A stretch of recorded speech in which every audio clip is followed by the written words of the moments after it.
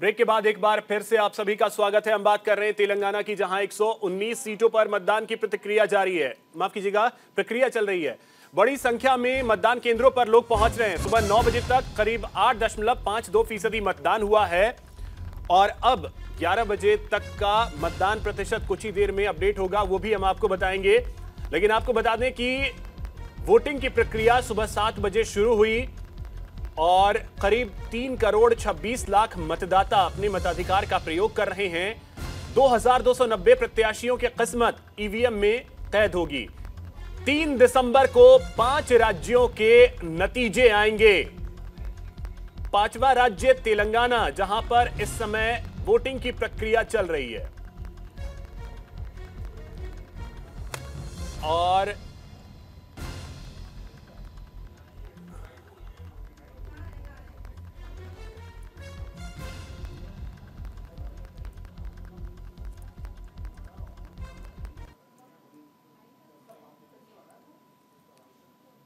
ये तस्वीरें आप देखिए, बंडारू दत्तात्रेय वोट डालने के लिए पहुंचे हैं।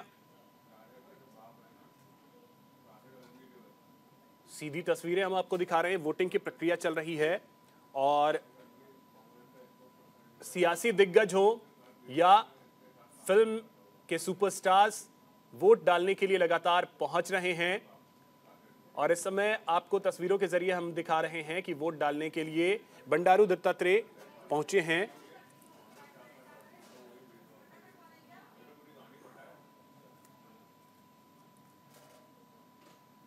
सभी 119 विधानसभा सीटों पर इस समय मतदान की जो प्रक्रिया है वो जारी है। वोटर्स में उत्साह गजब का दिख रहा है। देखिए, ये तस्वीरें हम आपको दिखा रहे हैं, जहां आप तस्वीरों के जरिए देखिए, असदुद्दीन ओवैसी AIMIM के प्रमुख रेवंत रेड्डी को आप देख सकते हैं, वोट डालने के लिए पहुंच रहे हैं। अभिनेता भी चिरंजीवी को आप देखें, वोट डालने के लिए पहुंचे। इसके अलावा आप देखेंगे मोहम्मद अजहरुद्दीन, पूर्व क्रिकेटर रहे हैं, वोट डालने के लिए पहुंचे। वेंकटेश को आप देख सकते हैं, वोट डालने के लिए पहुंचे। तो क्या नेता, क्या अभिनेता, सभी अपने अपने मताधिकार का प्रयोग कर रहे हैं। सियासी दिग्गज हों या फिल्मी सुपरस्टार्स हों, क्रिकेटर्स हों, वोट डालने के लिए पहुंच रहे हैं मतदान केंद्रों पर। और न्यूज इंडिया भी आपसे यह अपील करता है कि अधिक से अधिक संख्या में अपने घरों से निकलें और वोट डालने के लिए पहुंचे। फिल्म स्टार नितिन को आप देख सकते हैं, वोट डालने के लिए वो भी पहुंचे।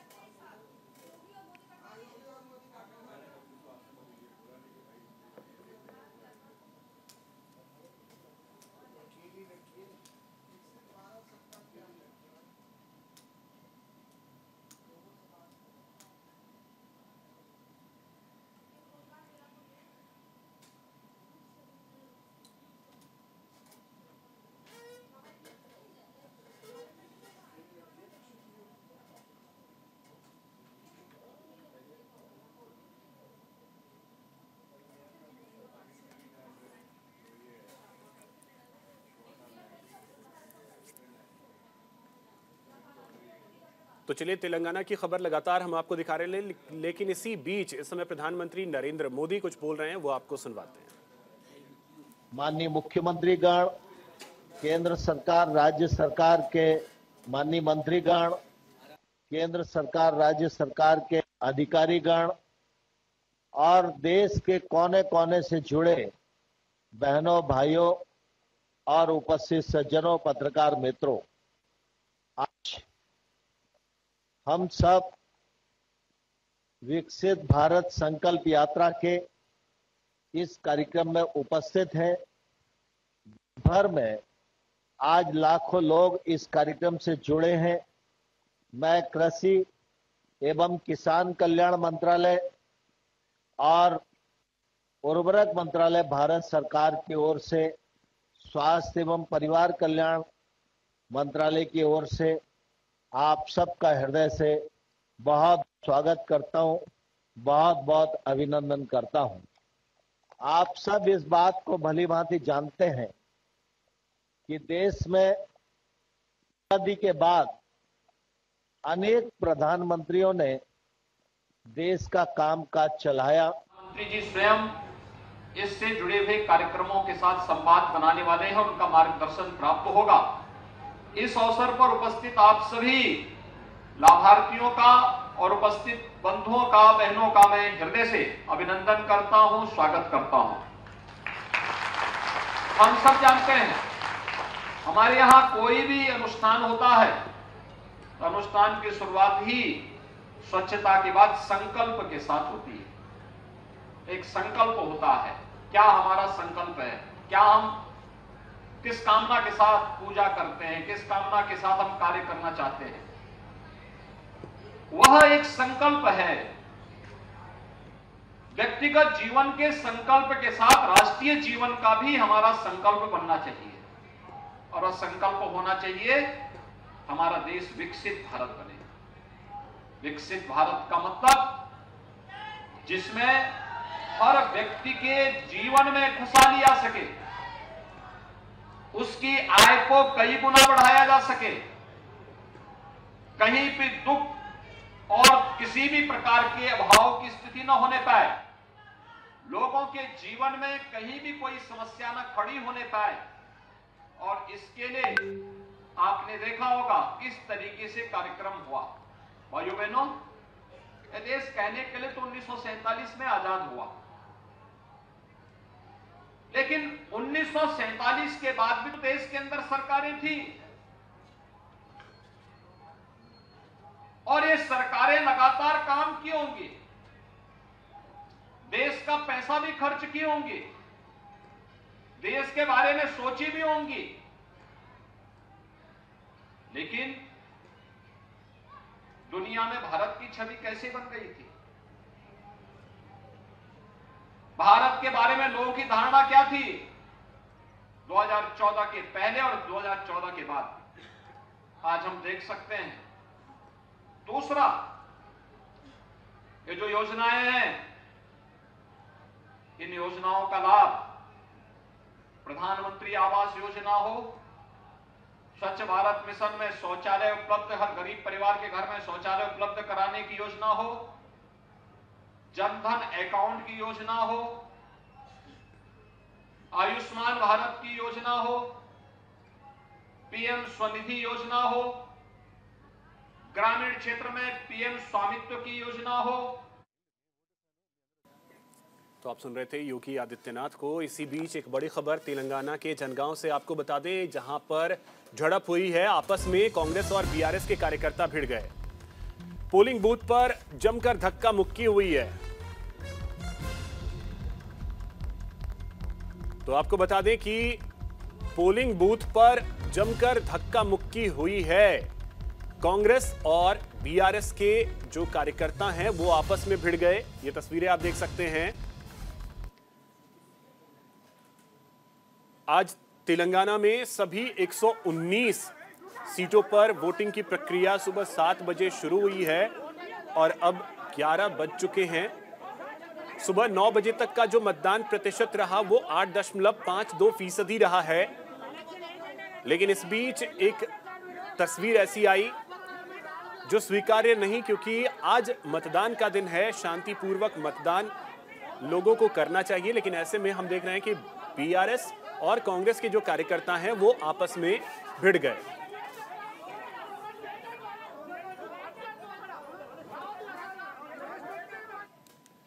तो देखिए, लगातार तेलंगाना का रण हम आपको दिखा रहे हैं, जहां 119 सीटों पर मतदान की प्रक्रिया चल रही है। अश्विनी जी, अब मैं आपके पास आ रहा हूं।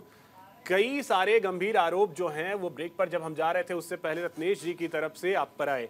जवाब आप दे लें, फिर सवाल लेता हूं। रत्नेश भाई तो लगातार किस तरीके से वो जाति जनगणना गिना रहे थे बिहार वाला, मैं वहीं से शुरू करता हूं। रत्नेश भाई, उसमें एक आंकड़ा वो नहीं है जो रोहिंग्या आके बसे हैं, उसका भी वो आंकड़ा नहीं दिया है बिहार सरकार ने। वो भी बताइएगा कि आपके पड़ोसी जगह से कितने आकर बसे हैं, उसका नहीं बताया। मैं ये कहता हूँ केरल में पूरे हिंदुस्तान में 41% मुस्लिम जो है ओबीसी में लगभग अपने आप को कहते हैं। केरल में 100% आरक्षण देते हैं केरल वाले। धर्म के आधार पर कहाँ आरक्षण है? संविधान में प्रियम्बल की बात कर रहे थे, सामाजिक उसके न्याय की बात कर रहे थे, कहाँ लिखा है उसमें प्रियम्बल में कि धर्म के आधार पर हिंदुस्तान में आरक्षण दिया जाएगा? तमिलनाडु में 95% जहां पर ये सरकार में है आरक्षण देते हैं। कर्नाटका में हमने 4% का वो हटाया और ये कहा कि जो ईडब्ल्यूएस का 10% है उसमें आ जाइए। एक महाराष्ट्र में एक केस आया था, जुवेरिया रियाज अहमद शेख बना महाराष्ट्र सरकार, उसमें लिखा था कि स्पष्ट रूप से कोई भी मुस्लिम अपनी जाति और उपजाति जाति प्रमाण पत्र में नहीं देती है, तो भाई आरक्षण कैसे मिलेगा? ये जो बात कर रहे थे कि उसमें भी वो होते हैं असराफ और अजलाफ जो होते हैं, मैं उसकी बात कर रहा हूं, मैं 100 आदमी का नाम नहीं ले रहा हूं। तो उसमें जब कोई लिखता ही नहीं है तो जाति और धर्म के आधार पर हिंदुस्तान के संविधान में आरक्षण की व्यवस्था नहीं है। संवैधानिक बात यह है। दूसरी बात मैं कहता हूं कि आंध्र प्रदेश में 2005 में आरक्षण को हाईकोर्ट ने रद्द किया था। अगर कुछ उसको साक्ष्य नहीं मिला होगा तो आरक्षण रद्द नहीं होता। फिर से सरकार ने 2010 में 4% आरक्षण कर दिया, फिर कोर्ट ने उसको भी खारिज कर दिया। अब मामला 5 न्यायालय की जजों के संविधान पीठ में है। अब क्या फैसला आता है अब वो सब देश को मान्य होगा। इसलिए मेरा कहना है कि भारतीय जनता पार्टी ने ईडब्ल्यूएस की व्यवस्था की जिसमें न ब्राह्मण हो और न दलित हो, जो गरीब वर्ग से है उसको आरक्षण देने की बात हम 10% में करते हैं। ये लोग क्या करते हैं, इन लोगों ने जो विसंगति फैलाई तो है, इसी को एक बार रिवाइज करने, क्या रिवाइज नहीं किया जाना चाहिए, रिव्यू नहीं किया जाना चाहिए कि आरक्षण को लेकर के अब कम से कम 21वीं सदी में जहां हम देश को विज्ञान से जोड़ने की बात कर रहे हैं, तरक्की की बातें हो रही है, वहां पे कम से कम अब ये सब चीज छोड़ करके जो आर्थिक आधार पे कमजोर है, चाहे वो किसी भी धर्म का हो, किसी भी जात का हो, सिर्फ उसे दिया जाए। क्योंकि कई अगर ओबीसी को आरक्षण मिल रहा है, एससी एसटी को आरक्षण मिल रहा है, कई ऐसे लोग एससी एसटी में जिन्हें आरक्षण की जरूरत नहीं है, तो उसका रिव्यू कर लिया जाए। अभिषेक जी, 2008 में ऑनरेबल सुप्रीम कोर्ट ने फैसला दिया था उसके लिए कि जो आर्थिक आधार पर आरक्षण हो, तो कहां मान रहे हैं लोग? आज भी लालू प्रसाद यादव का बेटा जो है आरक्षण का पात्र है, मुलायम सिंह जी का बेटा आरक्षण का पात्र है, उनका पोता आरक्षण का पात्र है, लेकिन अभिषेक जी का बेटा, मेरा बेटा, रुद्र जी का बेटा और रत्नेश जी का बेटा आरक्षण का पात्र नहीं है। अभिषेक भाई, तो ये विसंगतियां आप देखिए ना, कांग्रेस शासित प्रदेशों में किस तरीके से हैं, जो जहां पर जो है ये लोगों की सरकारें कर रहे हैं। हम लोगों ने उसी विसंगति को हटाने का काम किया है और कर रहे हैं। इसीलिए हम लोग आर्थिक आधार पर जो ईडब्ल्यूएस का आरक्षण ले आए, इसीलिए हम लोग ले आए कि जो गरीब तबके के, चाहे वो सवर्ण हो या दलित हो, किसी के प्रति भेदभाव नहीं, उनको आरक्षण का लाभ मिले। और यही बात हम किसी भी राज्य में चुनाव होता है तो हम कहते हैं कि आप तुष्टीकरण की राजनीति रुक जाइए, आ रहा हूं। ठीक है अश्विनी जी, 10 सेकंड में रिप्लाई कीजिए रत्नेश जी, फिर अश्विनी जी। देखिए, पहली बात अभी जो नेता बीजेपी ने कहा कि अखिलेश यादव आरक्षण के पात्र हैं, लालू प्रसाद यादव का बेटा आरक्षण का पात्र है, तो पहली बात तो ये कि Indira Sahni versus union of India के केस में ऑनरेबल सुप्रीम कोर्ट ने क्रीमी लेयर का सिद्धांत दे दिया था।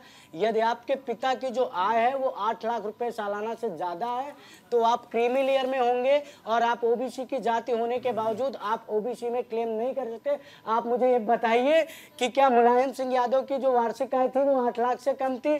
क्या लालू प्रसाद यादव की वार्षिक आय 8 लाख से कम है? ये तो हो ही नहीं सकता, क्योंकि ऑनरेबल सुप्रीम कोर्ट का वर्डिक्ट का क्रीमी लेयर का सिद्धांत चलता है। हमें इंदिरा साहनी बनाम यूनियन ऑफ इंडिया के केस में साफ तौर पे ये क्लियरली लिखा हुआ है। दूसरी बात जो आपने कही आरक्षण को रिवाइज करने की बात, देखिए आरक्षण होने का मतलब क्या है?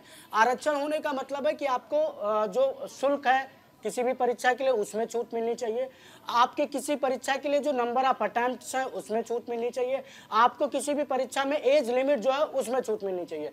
मैं ये पूछना चाहता हूं कि ईडब्ल्यूएस में एज लिमिट में कितनी छूट मिलती है? 0।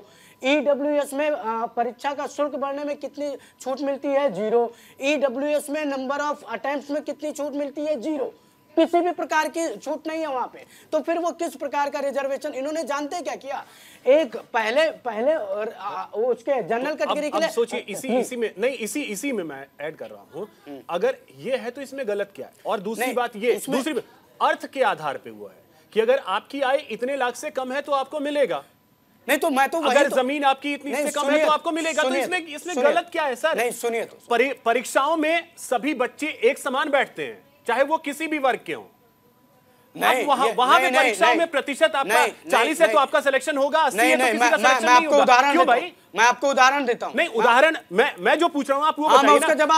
किसी को 30% मिल रहा है उसका सिलेक्शन होगा, किसी को 80% है तो उसका नहीं होगा। क्यों? मैं उसका जवाब दे रहा हूं। एक दलित का बेटा और एक ब्राह्मण और क्षत्रिय का बेटा, फिर मैं फिर कह रहा हूं रिजर्वेशन जात के आधार पर, तो जाति का नाम है। अब से सुनिए, एक दलित का बेटा जरूरी नहीं है कि अगर वो गरीब दलित का बेटा है तो वो डीपीएस में पढ़े, लेकिन पंडित जी और ठाकुर साहब का बेटा नहीं सर फिर आप अगर नहीं बताइए क्या गांव में ब्राह्मण करेंगे, ब्राह्मण इकोनॉमिकली सबसे वीक है, आपको पता होना चाहिए। सर मिलना चाहिए, रिजर्वेशन मिलना चाहिए। सर और क्या भारतीय जनता पार्टी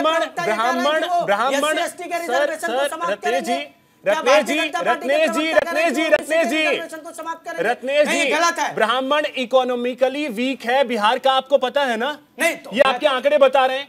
अरे भैया ये आंकड़े बता रहे हैं सरकार के, ये मेरे नहीं है, ये बिहार सरकार के आंकड़े हैं। और उसमें एक ब्राह्मण का बेटा डीपीएस में पढ़ रहा है, मतलब क्या लॉजिक दे रहे हैं सर? आप जाकर देखिए, मैं अपने गांव के ब्राह्मण की बात करता हूँ, गरीबी जहाँ पे सरकारी स्कूल से ऊपर वो नहीं उठ पाते हैं। आर्थिक नहीं होती, गरीबी सामाजिक भी होती है।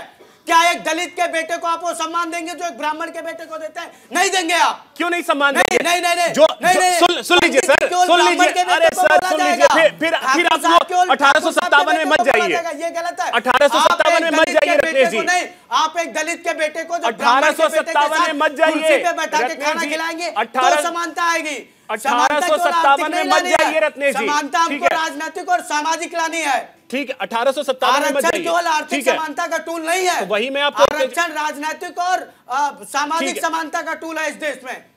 और आरक्षण का समर्थन रत्नेश मिश्रा डंके की चोट पे करेंगे, क्योंकि मेरे गांव में एक दलित बच्चा अगर है मेरे साथ पढ़ा हुआ, राजेश कुमार, आज वो चप्पल फैक्ट्री में काम करता है। रत्नेश मिश्रा यहाँ पर रुद्र भाई, कारण है सामाजिकरण और सोशलाइजेशन। ये गलत है। नहीं, ठीक है, आरक्षण का विरोध आपके मंच पर नहीं होना चाहिए। आरक्षण का विरोध कहीं से नहीं हो रहा है। ठीक है, के दलित और आदिवासियों के लिए। अरे अब सुन तो लीजिए, ठीक है रुद्र प्रताप जी, मैं एक बात और कहूंगा, ठीक है, अब कितना दलित इस पैनल में बैठे हैं, कितने दलित इस पैनल में बैठे हैं। आप रिप्रेजेंटेशन की बात करते हैं, क्रिकेट टीम में भी आप वो चीज खोज रहे हैं, तो ये तो अलग चीज है। रत्नेश मिश्रा को करनी पड़ रही है, ये है उनका रिप्रेजेंटेशन। वेल एंड गुड, तारीफ है इसके लिए आपका। रुद्र प्रताप जी, अब देखिए, अगर तेलंगाना की हम बात करते हैं, सबसे ज्यादा विकास के मुद्दे वहां पे कितने रहे ये हर कोई जानता है, लेकिन सरकार की कुछ ऐसी नीतियां रही हैं, मुस्लिम पक्ष वहां जो जिस तरीके से डेवलप किए गए, तो तुष्टीकरण तो वहां पे भी हमने एक अव्वल दर्जे का देखा है, और उसको लेकर के राजनीतिक पार्टियां बोलने से हमेशा से बचती रही हैं। देखिए अभिषेक जी, यही चीज़ अभी जैसे हम लोग डिस्कस कर रहे हैं, तो रत्नेश जी दो चीज़ बड़े आसानी से बोले कि संविधान की इन्होंने प्रस्तावना पढ़ी कि 1957 में ऐसे 47 में ऐसे हुआ। प्रस्तावना 26 नवंबर 1950 को लागू। ठीक है भाई, अब जो भी है 26 नवंबर 1950 को लागू। सुन तो लीजिए, ठीक है, नहीं गलत मत बताइए। 1947 आप सही है, मान लीजिए, संविधान नहीं बना था, हम आपकी बात मान ली, आप ही सही हैं। नहीं, हम ही सही नहीं है, जो सही है वो सही है। आप ठीक है, रत्नेश मिश्रा सही कह रहे हैं, ये सही है। अब रुक जाइए ना। नहीं गलत, 1947 में अब रुक तो जाइए, रुक जाइए। पता नहीं कैसे आप इतनी भी सभ्यता नहीं जान रहे हैं कि तो दुनिया बोल रही है, तो आप सुन रहे काम कर रहे हैं। बोल क्या रहे हैं, पहले उसको तो सुनिए, वो बोल क्या रहे हैं वो तो पहले सुनिए। नहीं सर, हम ऐसा नहीं, थोड़ी तो आप भी चुप रहिए, नहीं चुप रहिए ना संविधान को भाई। आप मैं क्या कह रहा हूँ, मैं क्या बोल रहा हूँ, बोल क्या तो ये बोलने की गलत बोल गए। अरे आप अभिषेक जी बोलेंगे, आप थोड़ी बोल क्या रहे हैं? अरे सर, आप पहले अभिषेक सुन जी टोकी लीजिए। नहीं रहे। नहीं देखिए, आप बदतमीजी पहले वो बोल कर बदतमीजी नहीं कर रहा हूँ, भी बोल रहा है, आप बीच में कूद पड़ रहे हैं। नहीं कर रहा हूँ, कोई बता दे क्या संविधान। रत्नेश जी पहले सुन तो लीजिए, संविधान 1947। अरे सर 26 जनवरी 1950। बताइए ना, गलत क्यों बोल रहे हैं? फिर वही बात अब बोल रहे हैं ना कि इतने वो बोल क्या रहे हैं, वो पहले तो सुनिए तो सही। नहीं बोलेगा तो बोलेंगे। गलत देखिए, अब संविधान आप एक मात्र व्यक्ति हैं कि जिसके बीच में कोई नहीं बोल रहा, और आप हर आदमी के बीच में बोल रहे हैं। नहीं, अगर संविधान प्लीज मेरा रिक्वेस्ट है, देखिए मैं अपने डिबेट में कभी ये नहीं चाहता वही कहना, दुनिया में कोई भी बोलेगा बीच में बोलेंगे, हर समय के बोलेंगे तो बोलूंगा। मेरे लिए ग्रंथ मेरा संविधान है, रखिए ना। उसका अपमान अपने नहीं पास सुनूंगा। रखिए। अरे उसका रमेश जी पास पहले रखिए। सुनिए तो सही, ठीक है, सुनिए तो सही। इन्होंने बोला कि संविधान की प्रस्तावना में है कि सामाजिक न्याय होना चाहिए। तो भाई सरकार किसकी थी? जातिगत जनगणना क्यों नहीं पहले कराई गई? भाई आप ही की तो सरकार थी। आज आपको कैसे याद आ गया? क्योंकि आप लालू यादव के लिए मटन बना रहे हैं आपके नेता, आप उनके पिछलग्गू बन गए। दूसरी बात, मुस्लिम आरक्षण पे इन्होंने बड़े सफाई से बोला कि सब में दिया जाता है। तो ये 4% जो मुस्लिम आरक्षण है उसमें क्या किसी और जाति को दिया जाता है? नहीं दिया जाता है ना। तो जब नहीं दिया जाता है तो एक स्पेशल एक धर्म के लिए क्यों आरक्षण की बात हो रही है कि 4% आरक्षण मुसलमानों को दिया जाएगा? तो ये जो सफाई से बात होती है ना, यही राजनीति होती है कि जब आप बात करते हैं दलित की तो करिए, कौन कह रहा नहीं है। अगर आप अभी पैनल में बोल रहे हैं कि भाई कोई दलित रिप्रेजेंटेटिव नहीं है, आप अपनी पार्टी से बोलिए, क्यों आप 4 घंटे से बैठे हैं? भाई आप क्यों बैठे हैं? आपकी पार्टी एक दलित को भेजे यहाँ पे। आप कांग्रेस की तरफ से अगर एक दलित आता है यहाँ पैनल में तो आप एक से नहीं रुक। अरे मैं बीजेपी से बोलूंगा, ये सवाल बीजेपी ने नहीं उठाया है, बीजेपी ने नहीं उठाया है।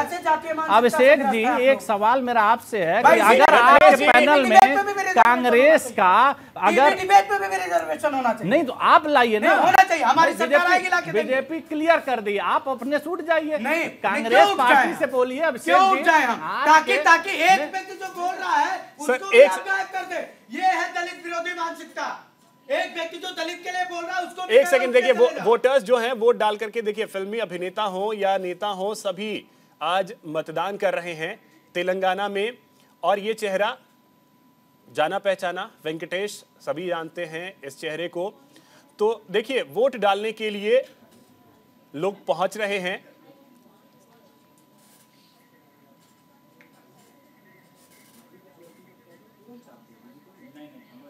देखिए नितिन बाबू को आप देखें, वोट डालने के लिए वो पहुंचे, वोट डाल रहे हैं। अब अश्विनी जी आपके पास आ रहे हैं। देखिए अब ये तो हर जगह मतलब आरक्षण आरक्षण आरक्षण, अब मतलब फिर तो जनरल वाले करे क्या? अभिषेक जी देखिए, हमारे रत्नेश भाई के अंदर एक मैं कुछ बदलाव देख रहा हूं कि ये वाकई अभी रुद्र भाई ने कहा ना कि इनके बीच में कोई नहीं बोल रहा, ये सबके बीच में कूद रहे हैं।